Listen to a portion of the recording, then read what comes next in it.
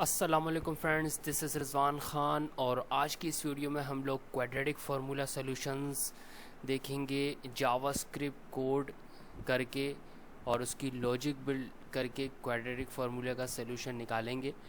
जैसे कि आप लोगों को मालूम है, क्वाड्रेटिक फार्मूला हम लोगों ने मैट्रिक की क्लास में मैथमेटिक्स के सब्जेक्ट में पढ़ा था। जिनको क्वाड्रेटिक फार्मूला का आइडिया नहीं है उनको बताता चलूँ कि क्वाड्रेटिक फार्मूला कुछ इस तरीके से होता है। ठीक है, आपको एक एक्सप्रेशन दी जाती है, देन ये क्वाड्रेटिक फार्मूला का जो जिस फार्मूले के थ्रू निकाला जाता है वो ये फार्मूला है, minus b plus minus under root b square minus 4ac/2 है।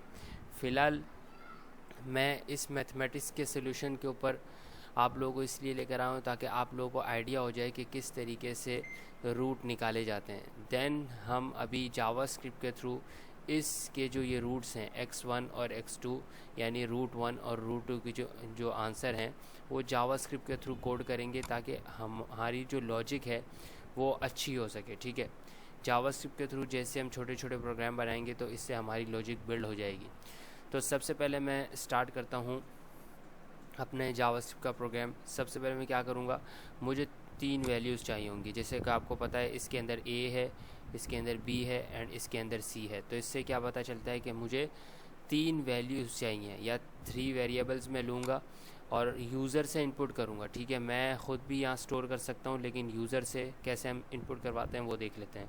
मैं लिखता हूँ const a is equal to prompt, यानी क्या कर रहा हूँ, यूज़र से इनपुट ले रहा हूँ, इंटर द वैल्यू ऑफ ए, और इसी तरीके से बी और सी की भी वैल्यू मैं ले लूँ। इस तरीके से मैंने यूज़र से ए, बी और सी की वैल्यूज़ ले लेनी है, वो यानी कि इंटर मुझे देगा और उसके ऊपर मैं भी अपना क्वाड्रेटिक फार्मूला की जो लॉजिक है जावास्क्रिप्ट के थ्रू अप्लाई करूँगा। ठीक है, इसका आपको पता चल गया है गाइस, सिर्फ मैं यूज़र से इनपुट ले रहा हूँ। जैसे अब मैं ब्राउज़र के ऊपर जाऊँगा तो आपको अंदाज़ा हो जाएगा कि किस तरीके से हम यूज़र से इनपुट लेते हैं। देन हम क्या करेंगे, हमारा जो क्वाड्रेटिक फार्मूला हमें कहता है कि भाई under root b square minus 4ac, ये चीज़ पहले हम देख लेते हैं कि हम लॉजिक के थ्रू किस तरीके से निकाल सकते हैं। तो इसके लिए हम क्या करते हैं, एक वेरिएबल लेते हैं कॉन्स्ट डी के नाम का। ठीक है, डी के नाम का एक वेरिएबल लेते हैं और इसके अंदर इस चीज़ को फाइंड कर लेते हैं सबसे पहले, बी स्क्वायर माइनस 4ac को।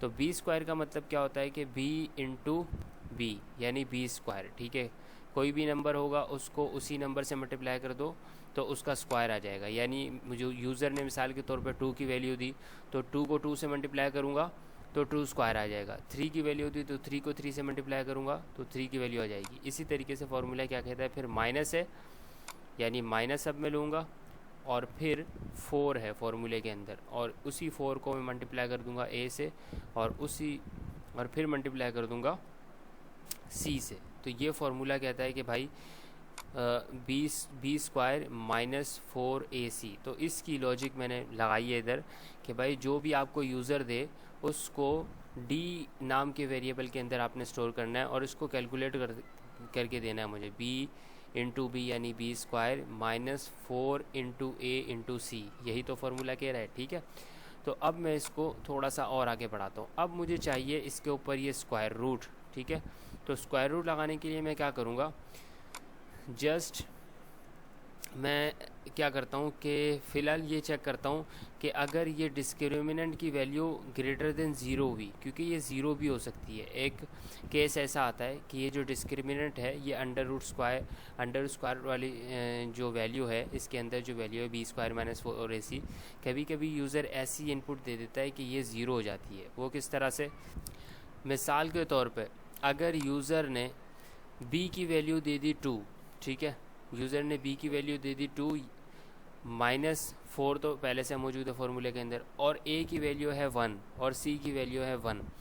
इस तरह की सिचुएशन भी हमारे पास आती है कभी कभी कि a की वैल्यू 1, c की वैल्यू 1 और b की वैल्यू 2। तो 2 का मतलब 2 स्क्वायर, 2 का स्क्वायर मतलब 4, और 4 a की वैल्यू 1, c की वैल्यू 1, 4 इंटू 1 और फिर 1, तो 4 ही आंसर आएगा। 4 मल्टीप्लाई बाय 1, 4 मल्टीप्लाई बाय 1, तो 4 आंसर आएगा। और 2 का स्क्वायर क्या था, 4, तो 4 माइनस 4 ज़ीरो, यानी इसकी जो स्क्वायर रूट की वैल्यू है ये कभी कभार ज़ीरो भी हो जाती है। ठीक है, तो मैं अब ये कहूँगा, एक कंडीशन ये लगा दूँगा, if d is greater than zero. ठीक है, यानी कि इस d की वैल्यू, ठीक है, बी स्क्वायर माइनस 4ac की वैल्यू, ये जो मैंने यहाँ स्टोर कराई है, बी स्क्वायर माइनस 4ac की वैल्यू अगर ग्रेटर देन ज़ीरो है तो इसके ऊपर आपने इसके ऊपर आपने रूट लगाने हैं। कौन से रूट? भाई मैंने अब रूट के एक वेरिएबल लेना है रूट नाम का, और उसके अंदर फिर अपनी कैलकुलेशन करनी है अगर d is greater than zero है। तो मैं क्या करता हूँ, सिंपल ऐसा करता हूँ कि भाई लेट √1 और √2 नाम के दो वेरिएबल पहले से ही अपने लिए यहाँ स्टोर करके रख देता हूँ। ठीक है, सिंपल √1 और √2 वेरिएबल मैंने ले लिए। अब उसको मैं क्या करूँगा, √1 इज़ इक्वल टू, अब मैं ये फार्मूला लगाने जा रहा हूँ, minus b plus minus under root b square minus 4ac, ये वाले फार्मूला लगाने जा रहा हूँ। अब आप देखिएगा कि मैं कैसा करता हूँ। ठीक है, तो जस्ट मैं माइनस बी लेता हूँ, सही है, माइनस बी मैंने लिया, फिर लगाया प्लस, सही है। सबसे पहले मैं ये प्लस वाली चीज़ देखूंगा, इसके अंदर क्या है, प्लस और माइनस, तो सबसे पहले मैं प्लस के ऊपर अप्लाई कर देता हूँ, फिर माइनस का रूट देख लेता हूँ। ठीक है, दो रूट आते हैं हमारे पास, प्लस और माइनस। तो इसके ऊपर मैं एक कंडीशन, एक मैथ डॉट स्क्वायर रूट का मेथड है वो लगाऊंगा, जिससे क्या होगा, ये जो बी स्क्वायर माइनस 4ac है उसके ऊपर ये स्क्वायर रूट आ जाएगा। तो उसके लिए एक मेथड आता है जावास्क्रिप्ट के अंदर, मैथ डॉट स्क्वायर रूट का मेथड। ठीक है, तो इसके ऊपर सिंपल मैं वो अप्लाई करूँगा, मैं लिखता हूँ मैथ, ठीक है, डॉट स्क्वायर रूट, और उसके अंदर पैरेंथेसिस के अंदर इस d की वेरिएबल को स्टोर करा दूंगा, और इस d के वेरिएबल के अंदर क्या है, बी स्क्वायर माइनस 4ac है। तो जस्ट मैं इसके अंदर ये लिखूँगा, और फिर इसको मैं डिवाइड करा दूंगा किस चीज़ के साथ, इस 2a के साथ, क्योंकि इस पूरी चीज़ को, इस पूरे जो ये मेरे पास फार्मूला है, ठीक है, तो इसको मैं डिवाइड करा दूंगा 2a के साथ। जस्ट इसको मैं पैरेंथेसिस के अंदर लेता हूँ और 2 मल्टीप्लाई बाय a करा देता हूँ। ठीक है, ये तो पहला रूट आ गया मेरे पास।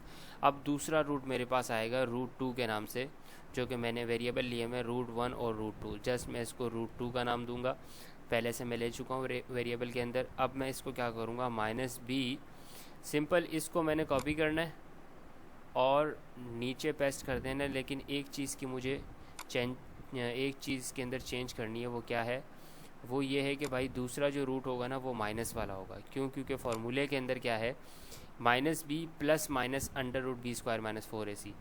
तो अब अगर आखिर में आके आप देखेंगे इस वाले लाइन में, तो प्लस एक वैल्यू प्लस की आ रही है, एक वैल्यू माइनस की आ रही है। ठीक, तो जस्ट मैंने यहाँ यही किया है कि माइनस बी प्लस, ठीक है, लगा करके, और इस चीज़ के ऊपर क्या लगाया, मैथ डॉट स्क्वायर रूट का मेथड लगाया ताकि इसके ऊपर स्क्वायर रूट अप्लाई हो जाए। देन इसको डिवाइड करा दिया 2 मल्टीप्लाई बाय a से, और इसी तरीके से दूसरा रूट भी मैंने कैलकुलेट कर दिया जावास्क्रिप्ट के थ्रू, और इसके ऊपर मैथ डॉट स्क्वायर रूट का मेथड लगाया, और उसके अंदर इस d को यानी बी स्क्वायर माइनस 4ac के ऊपर स्क्वायर रूट आ जाएगा, और ये अप्लाई होके इसके ऊपर अप्लाई होके हमारे पास आंसर आ जाएगा। ये तो हो गई d ग्रेटर देन ज़ीरो, अगर ये डिस्क्रिमिनेंट ग्रेटर देन ज़ीरो है। लेकिन जैसे मैंने आपको बताया कि एक केस ऐसा आएगा कि इस d की वैल्यू ज़ीरो हो जाएगी। ठीक है, तो उसके लिए अब क्या करना है, उसके ऊपर एक और कंडीशन लगानी है हम लोगों ने। कौन सी कंडीशन, अगर d की वैल्यू ज़ीरो हो जाए, ठीक है, d is equal to zero, इसके ऊपर मैं ये लगा देता हूँ कि भाई अगर d की वैल्यू ज़ीरो हो जाए तो आपने क्या करना है, तो उसके ऊपर मैंने एक लॉजिक लगानी है। ठीक है, अब मैंने इसको ये कहना है कि भाई √1 को बराबर कर दो √2 के साथ। ठीक है, √1 इज़ इक्वल टू √2, और वो बराबर होगा minus b divide by parenthesis के अंदर 2 मल्टीप्लाई बाय a। सही है, मतलब क्या है इसका कि भाई ये जो वैल्यू थी, ये बी स्क्वायर माइनस 4ac, ये तो ज़ीरो हो चुकी है, तो प्लस माइनस तो अब बचा ही नहीं ना। जब ज़ीरो हो गई तो ये प्लस माइनस क्या हो गए, ख़त्म तो नहीं हो गए, लेकिन minus b plus minus zero अगर मैं किसी चीज़ को ज़ीरो के साथ प्लस करूं या माइनस करूं, आंसर तो वही आना है, ठीक है। तो इसका मतलब ये क्या हुआ, जब इस लाइन में मैं देखूं तो इसकी वैल्यू क्या हो चुकी है, ज़ीरो हो चुकी है, ठीक है। तो बचा क्या, -5 डिवाइड बाई 2a, ठीक है। तो वही अब मैं जो इसके ऊपर मैंने यही लॉजिक लगाई है कि भाई जस्ट आपने √1 और √2 को क्या कर देना है, बराबर कर देना है, और उसकी जो वैल्यू आएगी या आंसर आएगा -b divide by 2 into a, यानी दोनों रूट क्या हो जाएंगे, बराबर हो जाएंगे इस केस में, ठीक है। अब मैं क्या करता हूँ, इसके ऊपर console डॉट लॉग कराता हूँ ताकि मैं अपना आंसर भी तो चेक कर सकूँ भाई, ठीक है। तो मैं इसके ऊपर console डॉट लॉग लगाऊंगा और इसके जो आंसर हैं वो चेक करूँगा, ठीक है। तो इसके ऊपर मैं इसके अंदर मैं बैकटिक्स लगाता हूँ, the value of the roots are, मैं ये लिखता हूँ, दो रूट्स आएंगे तो मैं लिखता हूँ द रूट्स आर, और डॉलर साइन के साथ कर्ली ब्रैकेट्स में ये √1 और √2, ठीक है। यानी जो भी √1 की वैल्यू होगी एंड डॉलर साइन के साथ कर्ली ब्रैकेट में √2 की वैल्यू मेरे पास आ जाएगी, और जस्ट इसी को मैं कॉपी करूँगा और यहाँ भी मैं पेस्ट कर दूँगा, ठीक है, क्योंकि यहाँ से भी मुझे क्या मिलने वाले हैं, √1 और √2। तो इस तरीके से मेरे पास √1 और √2 की जो वैल्यूज़ हैं वो मेरे पास मेरे आंसर में आ जाएंगी, ठीक है। तो मैं अपने ब्राउज़र पे जाता हूँ और इस कंसोल पे आता हूँ और इस को रिफ़्रेश करता हूँ। तो जैसे ही रिफ़्रेश करूँगा यानी ये लोड हुआ ये पेज, और इसके अंदर अब मुझे क्या क्या कह रहा है, एंटर द वैल्यू ऑफ ए। इस प्रॉम्प्ट का मतलब क्या है कि मैंने जावास्क्रिप्ट के अंदर ये लगाया, ये कोड किया हुआ था कि प्रॉम्प्ट का मतलब ये होता है कि यूज़र से आप इनपुट ले रहे हैं, ठीक है। तो प्रॉम्प्ट का मतलब ये होता है। अब ये क्या, इसके अंदर मैंने क्या लिखा था, enter the value of a, enter the value of b और enter the value of c. अब मैं इसके अंदर दो जो हैं, तीन वेरिएबल्स यानी तीन इनपुट्स दूंगा, ठीक है।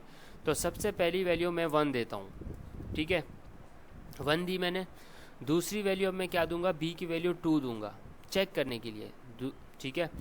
और तीसरी वैल्यू मैं क्या देता हूँ, 1 देता हूँ। अब मैं रूट्स चेक करूँगा, ये जो अब जैसी मैं 3 वैल्यूज़ दूंगा तो ये जावास्क्रिप्ट के थ्रू ये सारा कोड उसके ऊपर अप्लाई हो जाएगा, ये लॉजिक उसके ऊपर अप्लाई हो जाएगी और मेरे पास आंसर जो शो हो जाएगा। तो जैसे ही मैं ओके के ऊपर क्लिक करता हूँ तो देखिए द रूट्स आर -1 एंड -1। ये कौन से रूट्स हैं, ये वाले इस वाले सोल्यूशन के रूट्स हैं। वो कैसे पता, क्योंकि भाई मैंने ए की वैल्यू क्या दी, 1, बी की वैल्यू क्या दी, 2, और सी की वैल्यू क्या दी, 1। दोबारा मैं चेक करता हूँ इस पेज को, जैसे ही मैं रीलोड करता हूँ तो देखिएगा गाइस, मैंने 1 की वैल्यू, ए की वैल्यू क्या देनी है, 1, ठीक है, बी की वैल्यू क्या देनी है, 2, और सी की वैल्यू क्या देनी है, 1, ठीक है।